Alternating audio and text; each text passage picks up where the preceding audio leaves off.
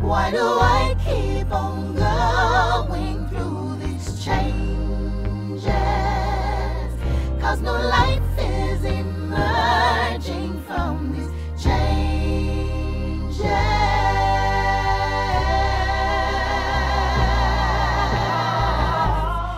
Hi, I'm Carrie. Thank you so much for joining us today on the AWE Network, your network by women, for women, in celebration of Our Woman Evolves. I can't say enough about this community. We started in New York with just a handful of people. Now it's grown to around 400. We've got chapters in New York, New Jersey, and in Minnesota, hopefully soon in Florida and in Houston. So spread the word. I mean, that's what it's about, is about creating a great community. It's open to all levels, all industries, and there's no fee to join, so please share.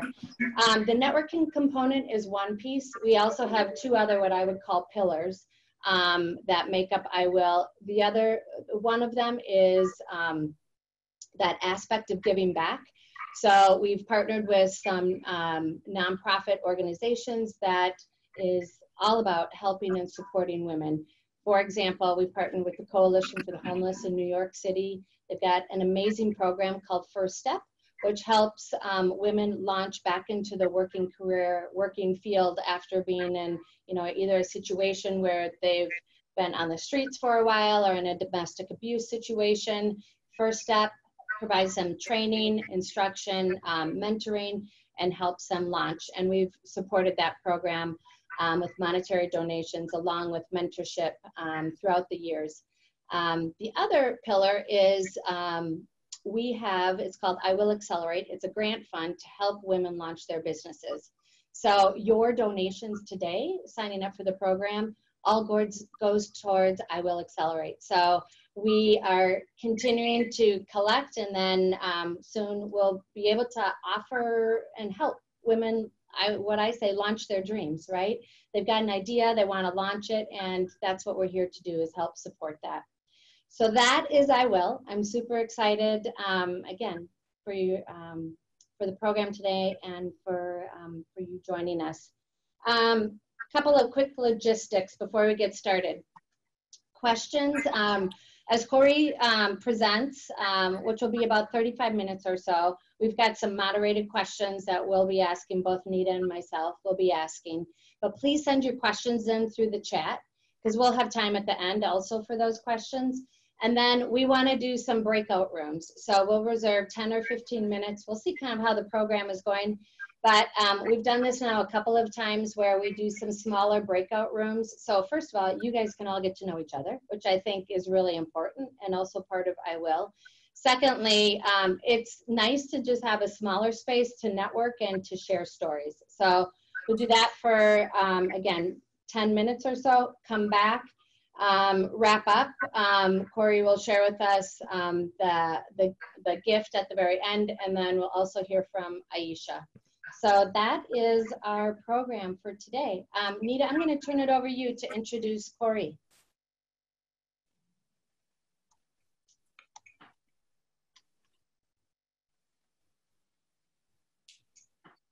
Nita, can you hear us all right? Yeah, I'm going to tell you that my internet is very unstable, so if you cannot hear me and my voice sounds funky, just raise your hand, and Andrea, I'm going to look at you, then I can just put off my video, which makes it a little better.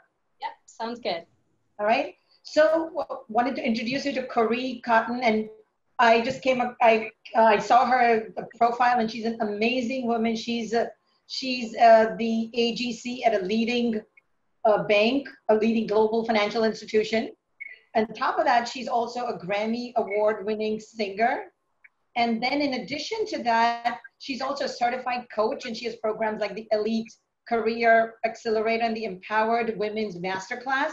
So which is on, personal development and how do you sort of develop your career. So she's very, very amazing, and she's very passionate about, how she transformed herself and wants to share that with us. So I'm very excited to actually introduce her, and I haven't heard I want to actually hear what she's going to tell us about the class, so we can all learn, figure out how do we become empowered. So Corey, with that, I wanted to hand it over to you. Well, thank you. Thank you so much. It's a pleasure to be here. And Nita, thanks for the very generous and kind words. And Andrea, I'm so proud of what you all are doing with this amazing community of powerful women. And I could not be more pleased to be here. So I will turn it to you, Andrea, to start with your interrogation. Sounds good. Thank you again. We're blessed you're here with us. So to just get started, tell us a little bit about your personal self, your journey to that self-empowerment. And Yeah. Absolutely. Thank you. Absolutely. And hello, everybody. I got to say this. I wish that we could all be in one room. I just want to see everybody and touch everybody. But COVID is having its way, but it certainly doesn't stop us from investing in each other. So thank you all for your time and for your presence today. So a little bit about my journey to empowerment. Well, certainly it has been full of twists and turns and challenges and surprises. And I don't apologize for any of it. And I wouldn't change a bit. I wouldn't change one thing. But one thing for sure, it has been grounded and rooted in music. Oddly enough, I know that many people may think that my two careers, which are music and law, are diametrically opposed, but they are not. And I hope by the time we finish with our time today, you'll understand why. But let me just share a little bit about my story. So again, music, for as long as I can remember, music has been an integral part of my journey. My grandfather was a music promoter, promoting the likes of Sam Cooke, Lou Rawls, and for those music buffs out there, if you know the staple singers, all of those great folks. My mom, who is sitting to my right, trying very hard to be quiet over here, was a performer, an artist on Stax Records, and she was produced by the late, great, amazing Isaac Hayes. My dad, and I also had an opportunity to work with Isaac Hayes later in my music career. My dad also came from a musical family, gospel music, and mom and dad really passed that legacy down to my siblings and me, and I certainly did embrace it. Indeed, it is my passion. At the same time, as a young teenager, I really had dreamed of practicing law. Having been exposed to certain social injustices, I saw the law as a means to help solve some complicated or maybe not so complicated problems. And so I aspired at maybe around the age of 14 to the practice of law. And all was well with that. Went ahead, graduated Howard University for undergrad, moved to Minnesota, where you are, Andrea, and went to the University of Minnesota Law School. And all was well until my whole life completely changed. And how that happened is that legendary producers, Jimmy Jam Harris and Terry Lewis out of Minneapolis, at the insistence of Janet Jackson herself, assigned a group, a local music group, to their new label. And that group was called The Sounds of Blackness. And I just so happened to have auditioned for that group. I would say maybe just about 2 years out of law school. I was just getting my feet wet. I had a clerkship in district court in Minneapolis, and I was really just getting my feet wet. And then my world, like I said, my world changed. I was called into the studio. This album that they were working on for their first release, it was practically done. The producers decided they wanted to do, just one fly-by-night song called Optimistic. Some of you may know that song. That song ended up being the first single, and that led to the very first Grammy. And after that, the world just went crazy. We went on tour. I was not planning to go on tour, but I was a law clerk, for crying out loud, right? How can the court go on without the law clerk? Or so I thought. And so I toiled about, having put all that investment of time, my parents' funds, into going into law school. Should I go on the road and go on tour? Long story short, fast forward, I decided to take the plunge with my passion and go on tour. Though I was planning to go on tour for only 1 month, I ended up being gone for 8 years because there were more. That's fantastic. I know, right? Who does this, right? There were more Grammys and gold records and platinum records and any television show that you or your parents, knew of, Arsenio Hall, the Today Show, Tonight Show. I mean, we were doing that, videos, traveling around the world, Ghana, France. It was a whirlwind. It was quite an experience. It was an amazing experience. And I was having this wonderful, purpose-driven life, yet I was living a fragmented existence. Why? Why would you be living a fragmented existence, being able to travel the world with your passion?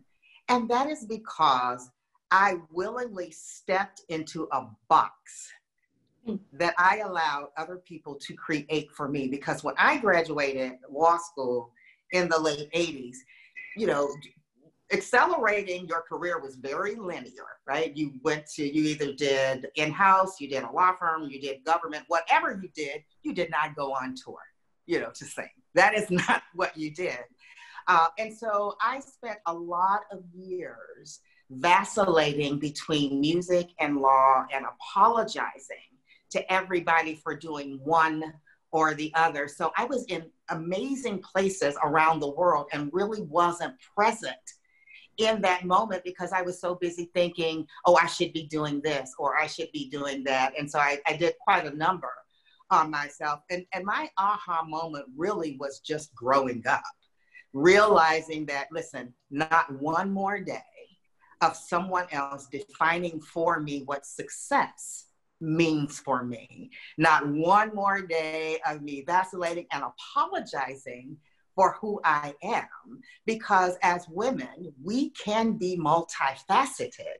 It's just that we tell ourselves that we're supposed to do one thing or the other thing and that we have to choose. So when I changed my mindset, then everything opened up for me. I was able to enjoy myself on the tour. I created a law practice on the tour bus. I developed a great transactional attorney practice, doing contracts for some of the greatest artists. And then I was able to leverage that skill set into corporate America when I decided to go back into corporate. So I tell that story unapologetically because I know that there are many of us women, I'm not alone, who feel like, I have to do X or I have to do Y, and I have to deny a certain part of myself for whatever reason. But I learned after years of living that you don't have to do that. And that really was when I made the decision to change my own mind, that was really my first parlay into self-empowerment. Well, and I love that you mentioned that you say unapologetically, because I don't know about, feel like often we have to apologize, and we shouldn't have to do that. And That's the other thing too that resonates is you go to college, you go to school, and so that's what you have to do. And and if you don't, are you going to disappoint people along the way? So I love that you've got that method of just removing that and going for it. I think that's fantastic. Absolutely. What was there? Why do you think it's important for women to empower themselves both personally and professionally? I guess what are some of the key messages that you would share with us, just what you experienced, and how can we, if we're going down that track, how can we, be unapologetic and go for it? Yeah, no, absolutely. That's a great question. So first of all, what do I say to women? And even to your question before that, is it different personal versus professional and all of that? It's the same. It's really about coming to grips with who you are, like really understanding who you are, what your passions are, and how you want to portray yourself on your journey. It's really about honestly stepping outside of that box, not letting people or things or even perceptions close you in. And so it's really important, I think about when we're going to that next level of leadership. You know, so many women, and we all know, I mean, I don't have to pull out the statistics, but we all know that women accelerate to the highest levels of leadership far less frequently than men. We know that, right? We also know that we flatten out into middle management far quicker than men, right? Mm-hmm. And we know that we also, as nurturers, not everybody and not all the time, but as nurturers, we tend to put everybody else first. And then we, like you said, we apologize for ourselves and we don't go. So think about that next level of leadership. Think about, I know I will raise my hand, and I want to see some virtual hands raised if other folks are guilty too. But I have been, you know, I've looked at kind of a next level leadership, you know, in my career, and I say, I have this. Oh, that one component I don't have, I'm not going to apply. Yet our male counterparts will do just the opposite sometimes. Yeah. They'll go, don't have. Oh, I have that one, it's perfect. And so we just need to have a mindset shift about how we approach things. And we also need to share our stories, because when we share our stories, we understand then that we are not the only ones on a particular journey, and that there's room for everybody. We just have to share and really, really develop and share those best practices and tools. So that's one of the things that I say. And in a second, I'll talk a little bit about identifying your strengths and leveraging those strengths. But that's why I think that we need to empower ourselves as women, because if we don't do it, nobody's going to do it for us. Now, and that's, I think that's so true, that, you know, if you surround yourself with people that you can go to for advice, for just a swift kick in the rear sometimes is what you need too. And, you know, whatever it takes to go to that support network and ask for help. And that sharing of stories is so important, because 9 times out of 10, I know I find out I'm not alone in what I feel. So if we can share together, we can often get to some great solutions together too. Absolutely. And continue to just push each other. So. Oh, I agree with that. I definitely agree with that. And one thing that I will say here is, one of the things that I learned transitioning from the music world back into corporate America was really to identify your strengths, not just, you know, any strength, but relevant strengths. When you really understand what strengths you have, and those strengths, not just, again, the relevant strengths, those strengths that are tied to the needs of your organization, and you add passion to that, you really position yourself for extraordinary leadership, as well as more visibility and the right level of visibility. And those are some of the key components that you really need to accelerate your career. And one other thing that I will say about strengths is that please, if you take nothing else away from today, don't forget about transferable skills. You know, because you would think that, like, how dare I leave an entertainment law practice and go into corporate America to do transactional work. There are transferable skills that you learn from whatever experiences you have in whatever areas of practice, and you can parlay them into a whole different area of practice. You know, you can do that, but sometimes we forget about transferable skills. So I just wanted to make sure that I mentioned that. No, I think that's an important piece to remember. Because often, again, if you're on a single track, forget that those are very relevant in other and completely other careers. Absolutely. And do really well. So tell us a little bit about, you've talked about, you know, relevant strengths, knowing your strengths. Are there any tools that you've used or shared with other women that would be helpful for us to hear about? Yes. Oh, yes. I don't know if many of you have heard of Gallup Strengths Finder. That's what they were calling it when I was taking it years ago. I think it may be now online talent assessment or something like that. But I strongly recommend that because, first of all, I was introduced to that tool through a program called the Extraordinary Leader Program. And it was really strength-based. And the amazing thing, I'm telling you, This really just, it really changed my whole perspective about leadership, about career trajectory.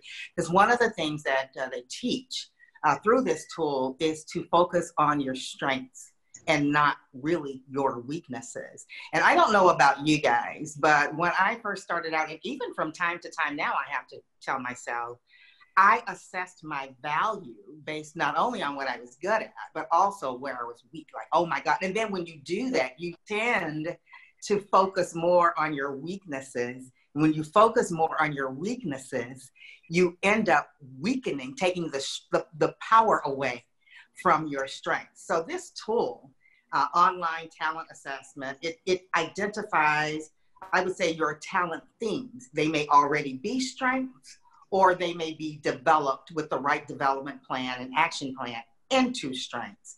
And when you use that, it really does change the way that you approach career trajectory. It changes the way, for those managers, it changed on the call, it changes the way that you lead your team, you know, and the way that you direct your team to your management team to lead. As a matter of fact, I'll say this briefly, and then I'll let you move on, because I know we have a lot to talk about. I asked my management team to use this tool to really get to know their talent, because we have all experienced a situation where we're in a work environment and it seems like the same go-to people are getting picked for the right projects all the time. And I challenged my team to look at projects, look at initiatives, not with the go-to person in mind, but based on whatever strengths are needed for that particular project. And it has made a tremendous difference with our team in terms of talent development and giving folks visibility. So I strongly recommend, if you haven't done this, look into this Gallup talent assessment. I think, you know, we talked about that, Andrea. Yeah, I know I've done the StrengthsFinder tool a few years ago, and I think first of all, interesting results. And what I think also would be interesting is to do it, you know, several times, because it's not one and done. I mean, you evolve, you change, right? And so those could be extremely powerful. Lisa, thank you for sending the link about StrengthsFinder, and I'll share that too with everyone after the fact. I'll share that, so thank you. Thank you for doing that. It's amazing. I mean, it is amazing. I'll tell you something else really briefly while we're on that. The other thing that's really great is to have a Gallup representative come and do your assessment as a group, your whole team. And you can see how you play, you know, how you complement each other. And it gives you wonderful ideas, again, about talent management and how you partner with clients. And the whole thing, how you partner with, you know, folks in the business, your peers. It's a wonderful, wonderful, wonderful tool. I would also suggest perhaps in a future meeting, having a Gallup representative to come and talk to this fabulous community. It's a wonderful, wonderful tool. It's a great idea. Great idea. Talk to us a little bit about the power of perception. And how that can, I mean, really impact what you do, impact you at your career, and some of the tools that you've used to just help frame that for, you know, help frame that for ourselves individually. I love that question, because there is power in perception. And now we just talked about, you know, own your strengths. You don't have to worry about your weaknesses, unless, of course, your weaknesses present a fatal flaw. I want to go back and catch that piece. But, and so I don't want to mislead people to think, oh, okay, so now we're talking about, you know, play to your strengths, and now we're talking about perception. Let me tell you what the power is in this whole perception thing. It's not that you have to own someone's perception of you. The power is in knowing what that perception is, particularly if that individual or that group of individuals is someone that is standing between your point A and your point B. You don't have to buy into it. You don't have to believe it. You know, you don't even need to be defensive about it. The point is knowing, I call it the corporate word on the street about you. Because if you don't know that, you won't understand why sometimes, for instance, you're getting passed over for a particular role, or why a role that you thought was meant for you, somehow or another, now, granted, a lot of that has to do with implicit biases and, some organizational culture, all of those things. But a lot of times it is about the lack of knowledge and awareness about the corporate word on the street. And I want to give you an example. And I suspect that there are a lot of folks here who may manage teams. But I want to give you an example. Like earlier in my career, I had inherited a new team, and I'd done an assessment of that team. And after my assessment, I had determined that there was a particular female that should be promoted at the next promotion cycle. And so I set to do that. However, I ran into a key influencer in the organization that just would not support that promotion. And I didn't know that. The team member certainly didn't know that. And by by the paper and all appearances, you would think that, okay, this promotion is a no-brainer. However, there was one key influencer who was really standing in the way. And it had nothing to do about the person's technical ability. It had more to do about that influencer's perception of that person's behavior. So as the manager and as the advocate, my job was not to dispute it, right? Not even try to change that person's mind directly. It was to understand the perception. And even when I went back to my team member and talked to her to give her that open and honest feedback, the first reaction was a defense. And I said to her, listen, again, I'm not asking you to own this, but I'm asking, you have the power, right? You have to decide whether that perception is important to you. And the first thing you have to really assess is whether getting to that next step is something that's really critical for you. Because if it is, you're going to have to address the perception. And that was the most powerful thing, because then as the manager and the team member, we could partner on a development plan specifically targeted at that perception. And the beauty of it is that influencer, once we did that, that influencer shifted from the blocker to the advocate. And at the end of the day, the person was able to get the promotion. So that taught me an incredibly valuable lesson about perception, because we all hear, sticks and stones, words will never hurt me. And that's all good and well, but there is power in understanding the corporate word on the street, because then you can completely control how you want to respond to that perception. Yeah, and I think it's so important. And I mean, kudos to you for, first of all, recognizing that and gaining that insight for your employee.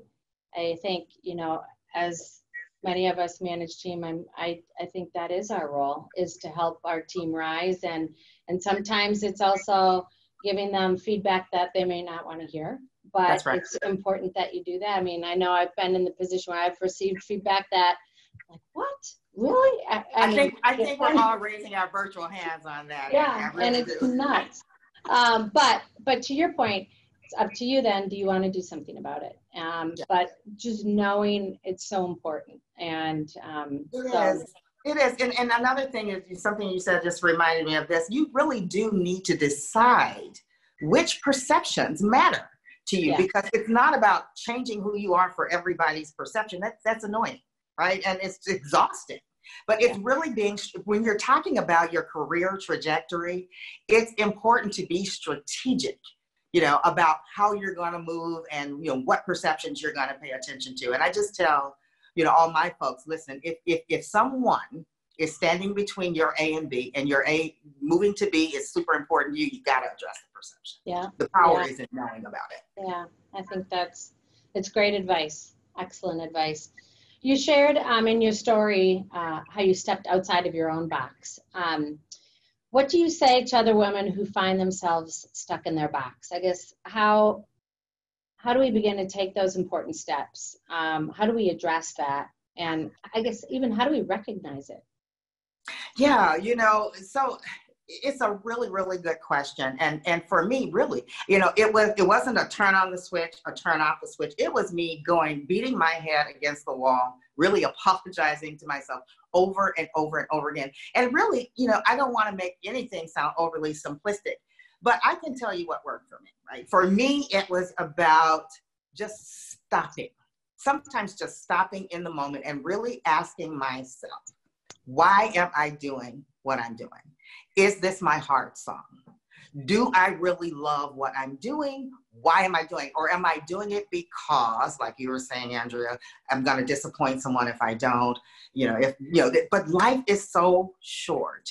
And I would submit to you that if you just kind of change your thinking, just like release that box, you will unveil a lot of creative ways to get to your passion and still do what you're really good at. Because for me, when I decided that I wanted to not choose law or music, I became very, very creative. And my career started to accelerate. For instance, on the creativity side, I decided, okay, I can't go all over the world anymore because that just doesn't work, in corporate America. I can't do that. But it doesn't mean that I can't stay close to my passion. So I put together a one-woman show that talks about merging your passion and dream. And I, stayed close to the music that way and still was able to share my story that way. The other thing was, when I decided to go and just kind of say, okay, look, let me hone in on my strengths. Let me speak my heart song. Let me find my heart language and speak that. I started to look for opportunities in my different organizations that leveraged those strengths. Speaking of strength finders, I found out that like top 5 things for me: developer, relator, individualization, I think there are 2 more in my memory. It's escaping me right now. So please don't count that against me. Learner, one of the things. So at first I thought I didn't want to manage, but I realized that having that management opportunity allowed me to do all of those things. It allowed me to relate. It allowed me to develop my team.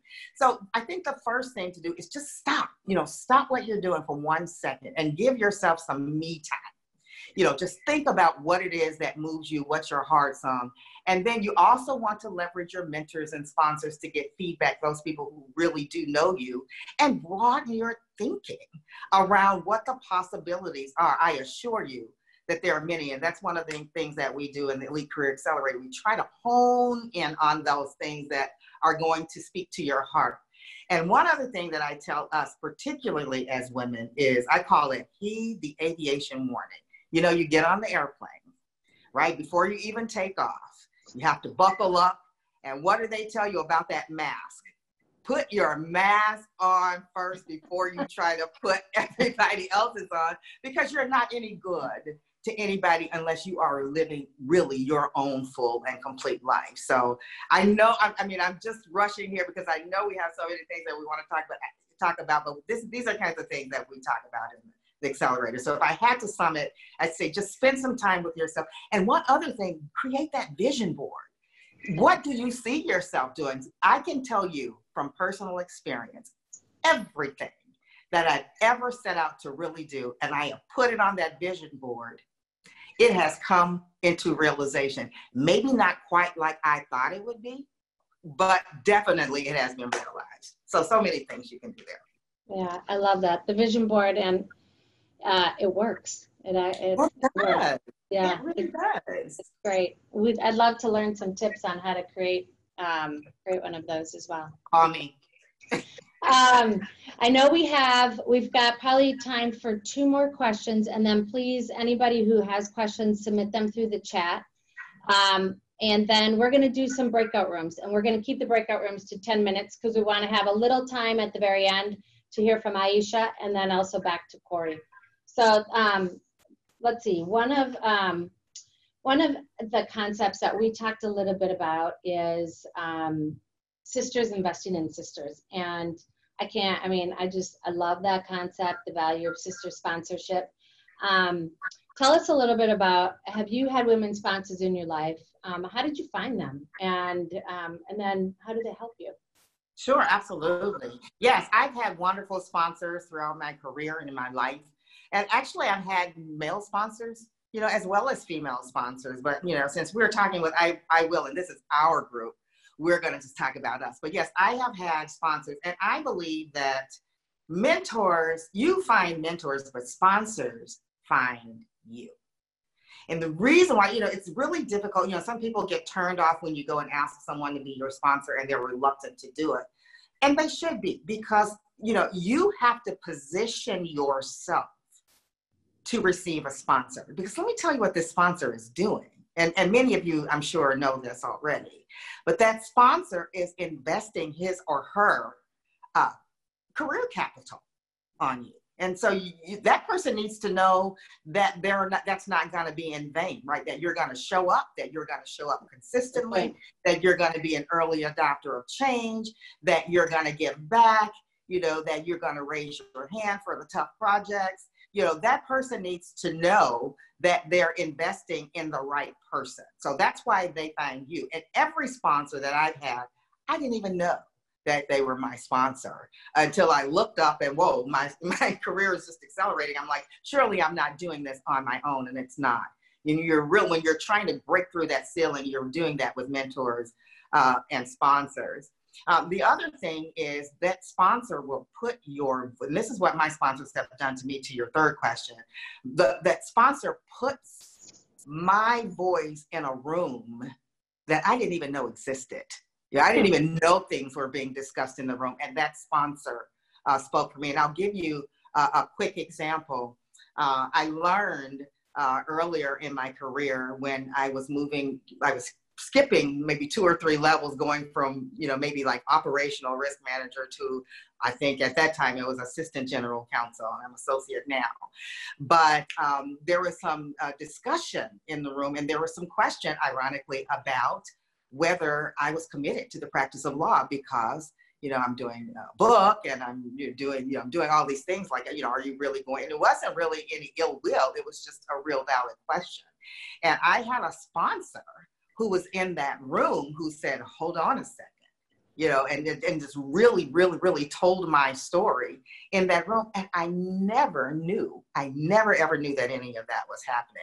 So yes, I've had some amazing female sponsors. And I would say to us, you know, sometimes we succumb to the pressure, the implicit biases, and that idea that there's only room for one person at the table. That is hogwash. Yeah. There is room for everybody at the table. And I tell my folks, each one reach at least one. It is our obligation to make somebody else a better leader than you are today. I love that. I love that. All right. Well, we are just watching time here. We're going to break. First, before we do, does anybody have any questions at all that you'd like to bring up with Corey at this time? There's none in the chat, but this is an open forum, so please feel free to unmute and let's ask away if you'd like. Hi, Corey. I would love to ask you, just on the point you just made about the experience of someone questioning how serious you were about law when you had other things on the side. If you ever dealt with that question person to person with somebody and how you responded and answered that. Okay. Oh, yes, definitely. I tell people, I have, yes, and thank you for the question.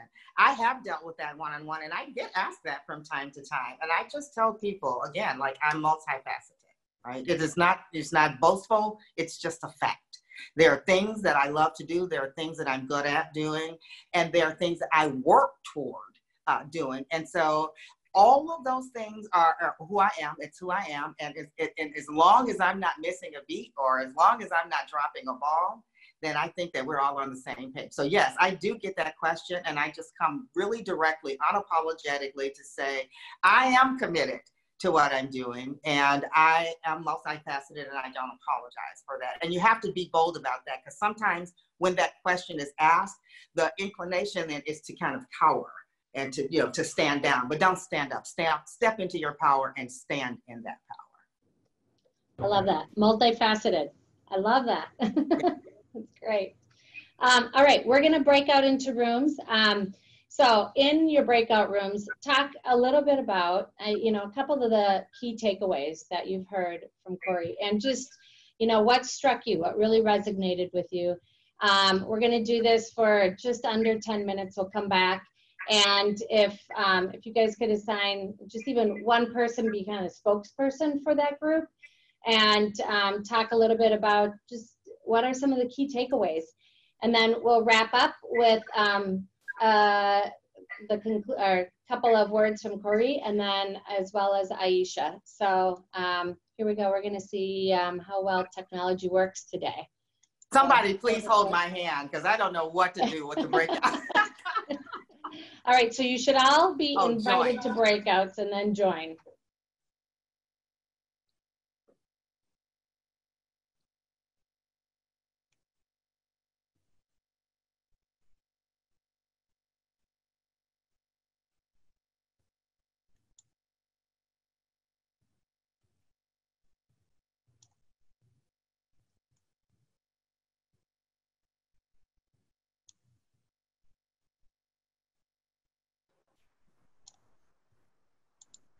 So how come you and I are not showing in any of the rooms? So well, I didn't put me in, but it says, let's see. Did it pop up to say that you should join one? No, it didn't. Okay, let's see here. Let me do this. Okay. Yes. It pop up now. Okay.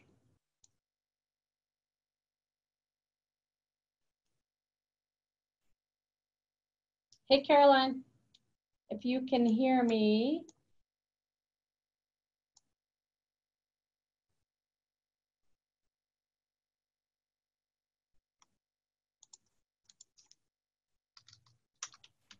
Adria.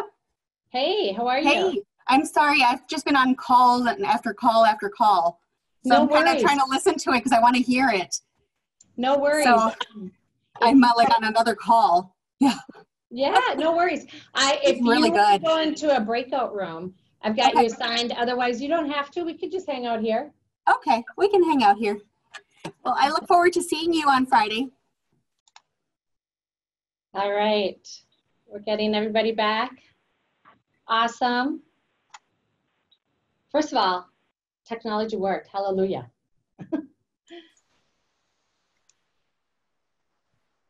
All right, we'll just give it another few seconds here for everybody to get back with us. All right, well, let's just real quickly go around.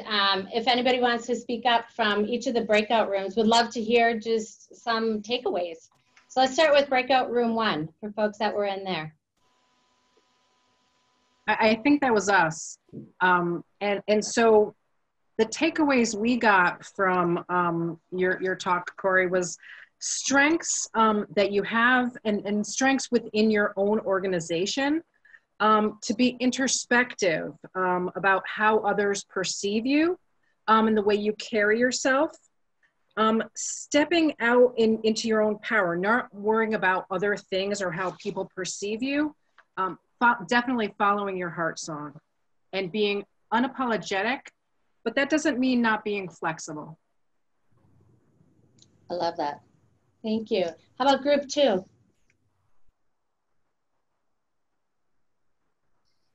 I'm not sure if everybody knows what group they're in, so I know. I got to figure that out for next time, right?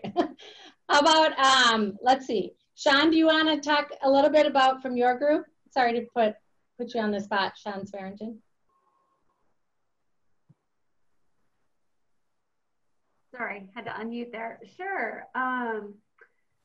So a few folks talked about how, let me start over here. Some of the things that we really liked hearing about was, you know, that last statement you made when Michelle asked the question, Corey, about kind of like, well, do you have to choose? No, just, you know, say that you're multifaceted and kind of own that, and you know, people should be okay with that. let's see, we also had, I didn't take notes. Barb was kind of leading it. Did you take good notes, Barb? Yeah, well, that's okay. No that worries. was, I mean, one thing was don't feel stuck in what we're doing. So if we have this job that we've been doing for a really long time, but we really have a passion, go for it. You know, so one of the women shared, she's got a really awesome, we think, idea and passion. We want her to go for it. So don't be stuck. I love it. And also the whole concept that Corey shared about being, knowing the perception, understanding the perception that may be out there and address it. Love it. Thank you. Let's see, Jenny, you mentioned, I think I'm group 4, but I can't remember, so I apologize. Anybody just We're not going in numerical order. But I was in a breakout room with, I think there were 6 of us ladies, and I think, Corey, every different question that you answered, we all got something out of each of them, which is great. A couple of things that resonated with a lot of the ladies were just the stop in the moment and ask yourself, like, what am I doing? That I had Aisha in my group, so I'm going to do a quick shout out to Aisha, but that's kind of when she developed her fashion brand, like another side of you just really drove what she wanted to do. I know somebody else mentioned just taking time for yourself. And I think that really within our group was a strong theme of, like, don't apologize for everything you do. It's okay. Like, you're not spending enough time with your kids, or you're not spending enough time on work. Like, you don't have to apologize for that. And then a couple of just other things where we were really interested in learning more about creating a vision board. So we definitely want to do that. And then finally, it was just stepping outside of the box. Like, you can do corporate America and you can do entertainment, like similar, like you can do both things at once too, and enjoy both items. So Awesome. that was our group. Thank you. Thank you. All right. I know there might be one other group if anybody else wants to speak up on that one. All right. That's all right. We'll go on. Corey, why don't we, if you've got any closing remarks for us, again, thank you for being here today. We're very lucky that you joined us. And then Aisha, we'd love to hear a little bit about your program. We're going to go over for a little bit. If that works for folks, we will not get cut off. So this is okay. So Corey, I'll pass this back to you. And I think you're on mute. Oh, you're on mute. Okay, so whoever that was that gave me credit for technology, you have to take the credit back because I didn't realize I was on mute. So, all right, I'm also honest. But no, I'll start the way, finish the way that I started with thank you. Thank you, first of all, for having me to this wonderful, wonderful, powerful community.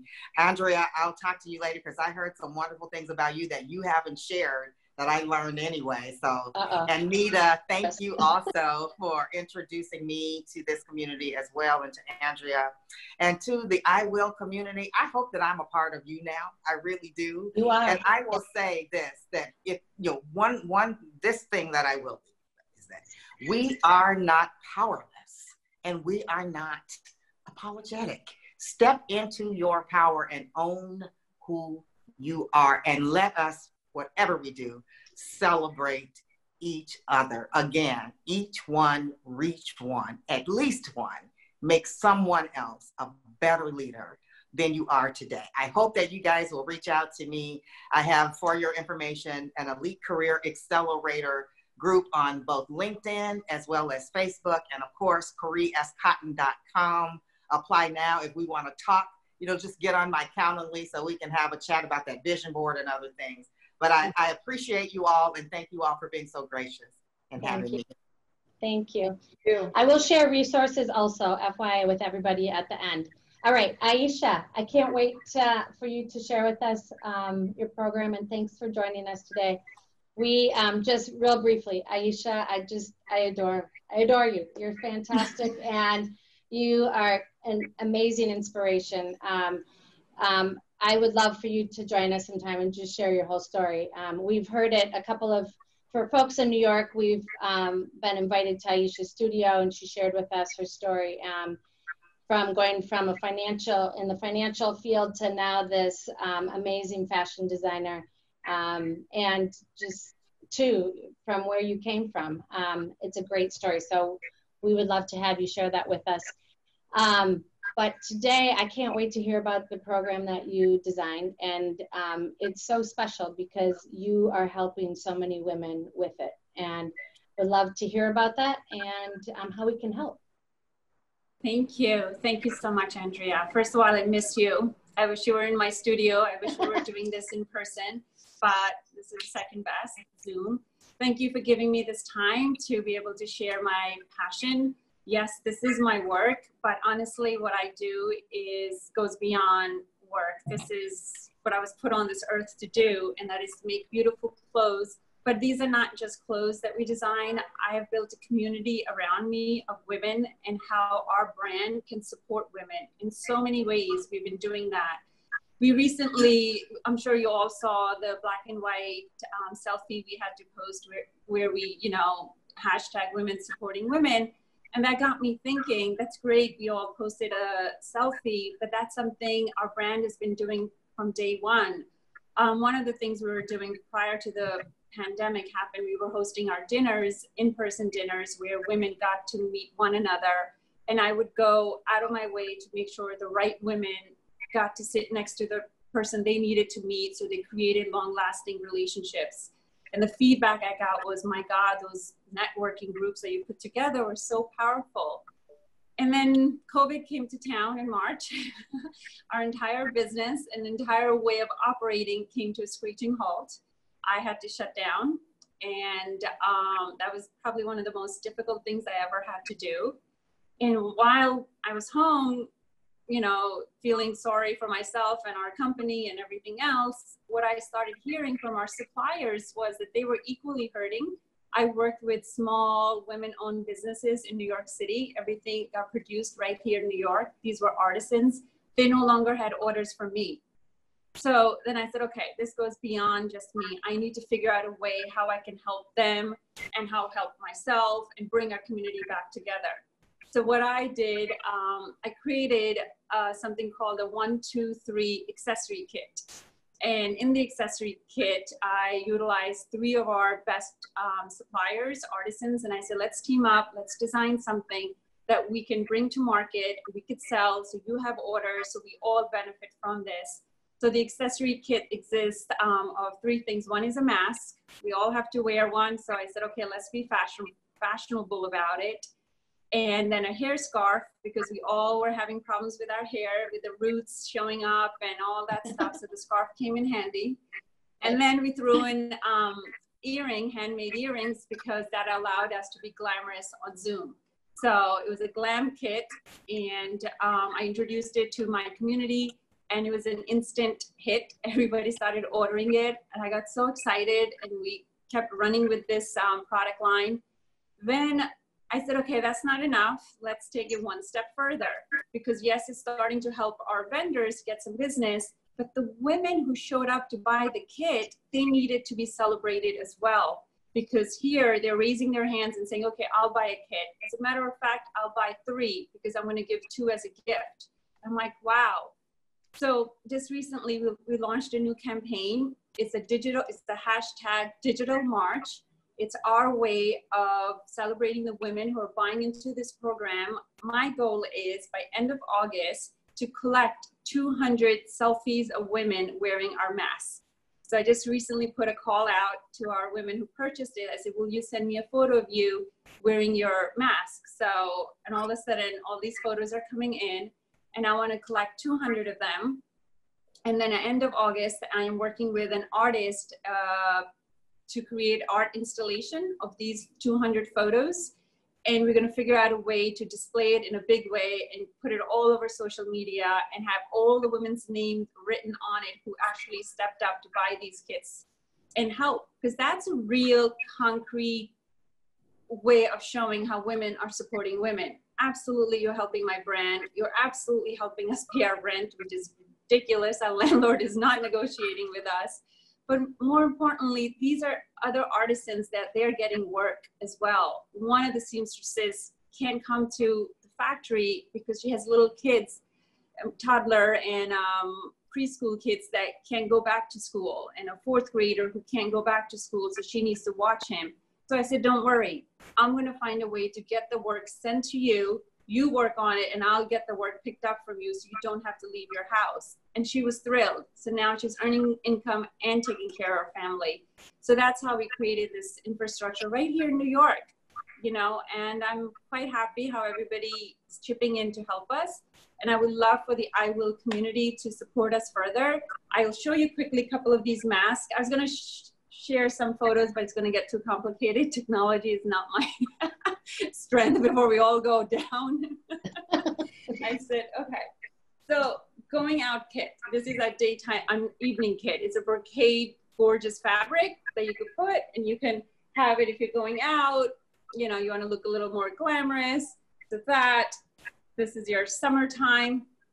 It's a beautiful linen fabric. So each kit has a corresponding scarf that you can tie around your hair for some glam. And then we have beautiful handmade earrings. They are super, super light. That's the best part of these dangling little beauties, that they're very light and you can easily wear. And there's different varieties of these kits. Each kit is $175 for 3 pieces, and you can mix and match. And if you didn't want all that and you just wanted to get 3 masks, they're $89 for 3 masks.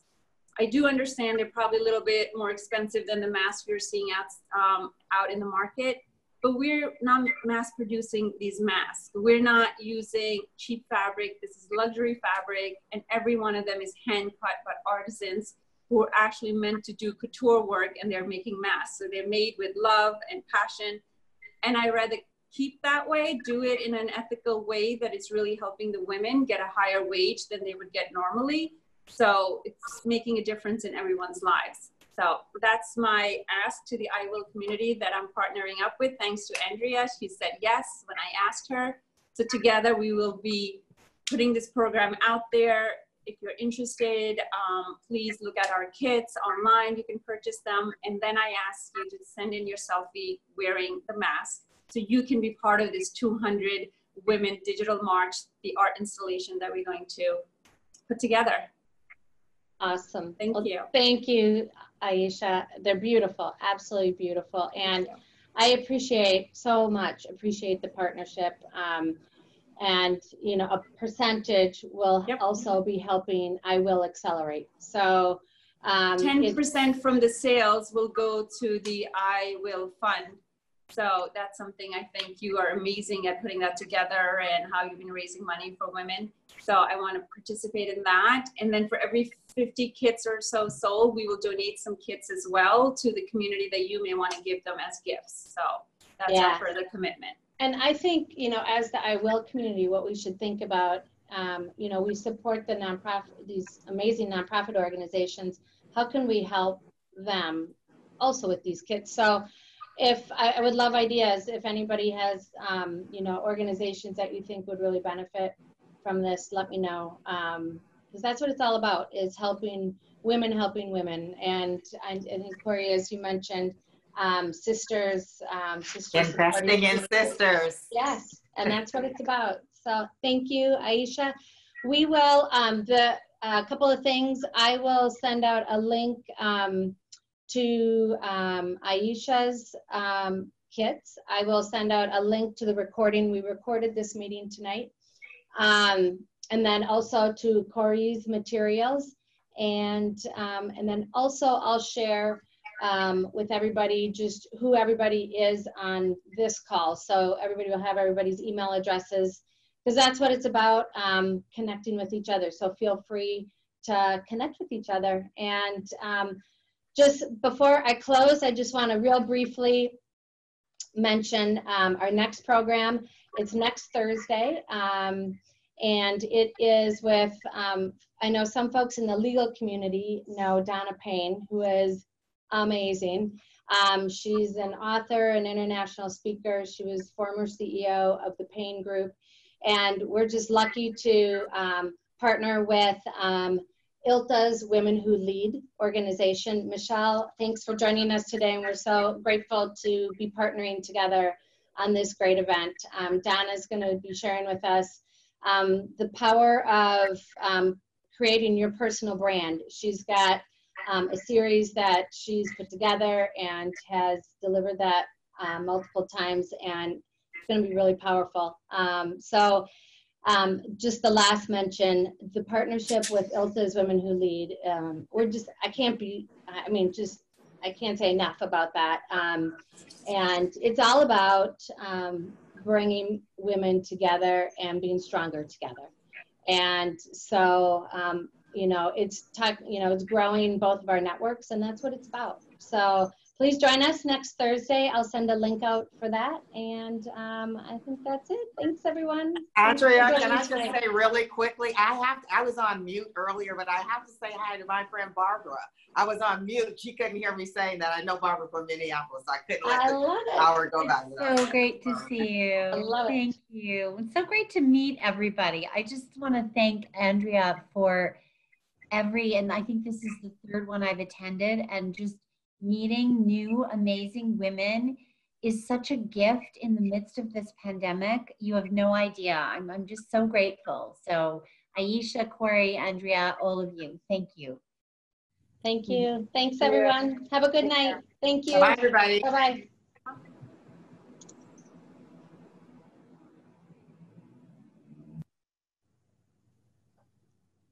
If you enjoyed today's program, please stop by www.awomaninevolves.com and share with us. We'd love to hear from you. I'd love to set up some one-on-one coaching with you, or perhaps even in a small group setting. Also, we have some fabulous merchandise that I know you'll enjoy. And if you have a question or two, please share that as well, and we'll answer those questions on a future program. Thanks so much for joining. And again, reach out to us, www.awomaninevolves.com. See you soon.